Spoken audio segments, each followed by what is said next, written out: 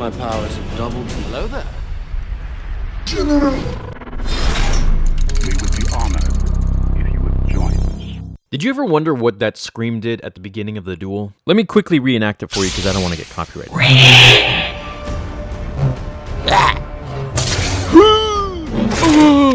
It's one of the first times, if not the first, that we've seen this done in the films. Now, while it isn't explained in the films or the book, or really in depth at all anywhere else, it's widely known in the expanded universe that this particular sound was actually an attack. Darth Sidious used a Force scream against members of the Jedi Council during their attempt to arrest him. The scream threw the Jedi off balance and allowed him to swiftly execute 3 of the 4 Jedi Masters, with only Mace Windu surviving. And that's because Mace Windu was extremely powerful in correlation to all the other Jedi Masters. Now, it didn't make much sense for them to die so quickly, as these were some of the finest Jedi in the galaxy at that time. So besides the fact that Palpatine was so much more powerful and moved at such a great speed that they could barely see, his scream actually disoriented them.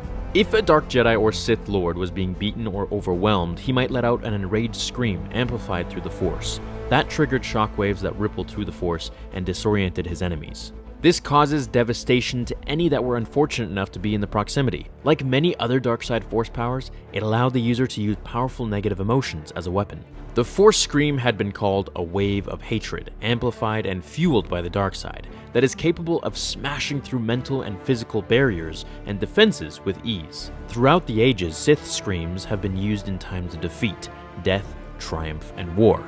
Some notable users are Freedon Nad upon his death, and Exar Kun upon his victory of killing his master. The power isn't talked about in the books, but it's well known throughout old lore from legends, comics, and other books throughout time. I hope now it makes a little more sense as to how Palpatine, albeit being drastically more powerful than the Jedi he swiftly killed, was able to disorient them so quickly and easily, and allow for that finishing strike. This is one reason why they look so confused and disoriented. Not to mention, in the book, it says he was moving at the speed of just a red blur of fury, referring to him as the Shadow. Palpatine was always super involved in old ancient Sith lore and magic and things like that, so it makes sense for him to use some old Sith attacks. Something that always really interested me in Palpatine was the fact that he was so well educated in ancient Sith lore and things about the galaxy, politics and such. He wasn't just one-sided. He knew pretty much everything about everything, and if he didn't, he did his best to research.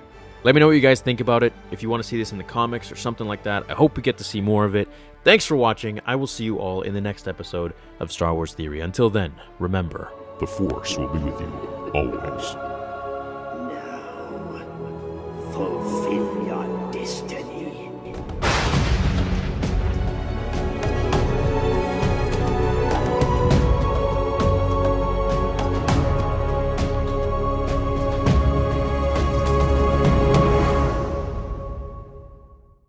Do it.